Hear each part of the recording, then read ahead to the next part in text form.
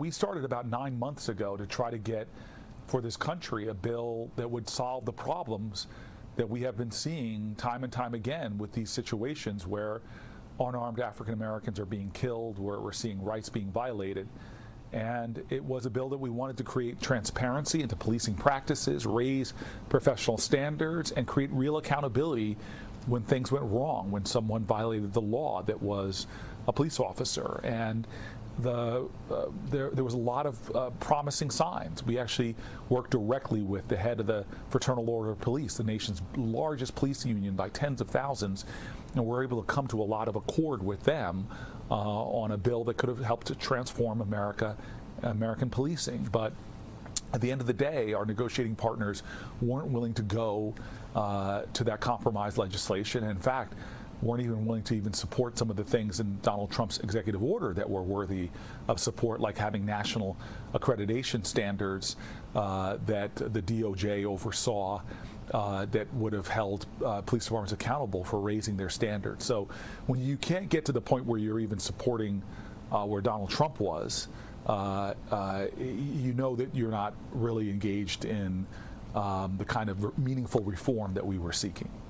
If you look at what we saw with the Black Lives Matter movement, it was almost like the house was a 5-alarm fire and burning to the ground. People can understand that you can't agree how you wanted to fight the fire, but you had to figure out something that was common ground. Was there nothing that was common ground? And if so, who gets the blame?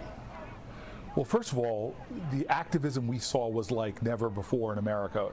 All 50 states, including a number of foreign countries, people were protesting for change, for substantive change.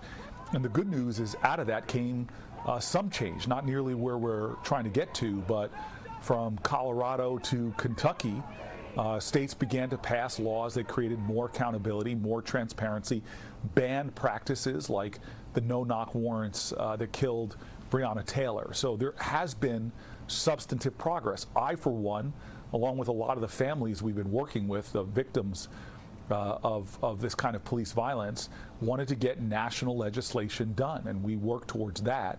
But we did not get it in this negotiation. The negotiation is over, but the work isn't. I was in the Oval Office this week talking with the president about other strategies of ways we can go about pressing forward with the kind of reforms that people are not just demanding, but really the public deserves. And here's the kicker.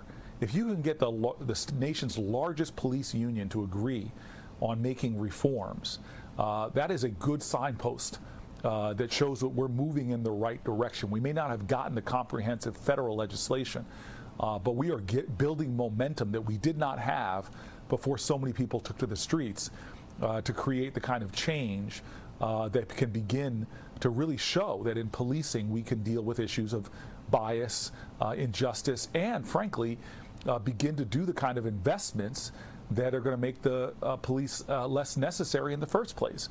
Investing in our communities, investing in our schools, dealing with anti-poverty programs that we know are all correlated with lowering crime and empowering people. But people want to know who was to blame. Were there any members of the Senate that blocked this legislation, that stood in the way? Was it a senator? And why were all of the negotiating partners black? Where were the white senators in this conversation? Well, again, I'm not in this about blame. I'm in this in responsibility.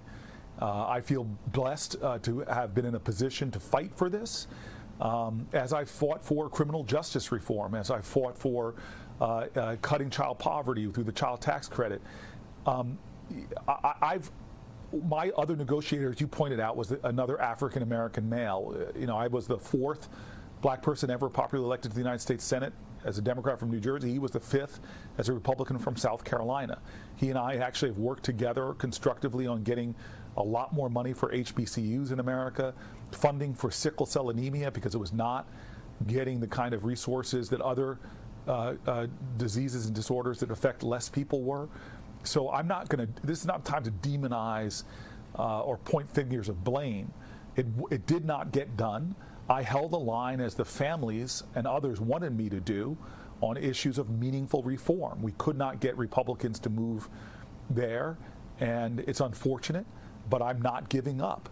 It took civil rights legislation, voting rights legislation, fair housing legislation, many attempts, many stalled bills, many block bills on the floor, filibustered bills. We are going to keep pushing until this gets done. Senator, the president said after South Carolina and after the general election that he has Black America's back.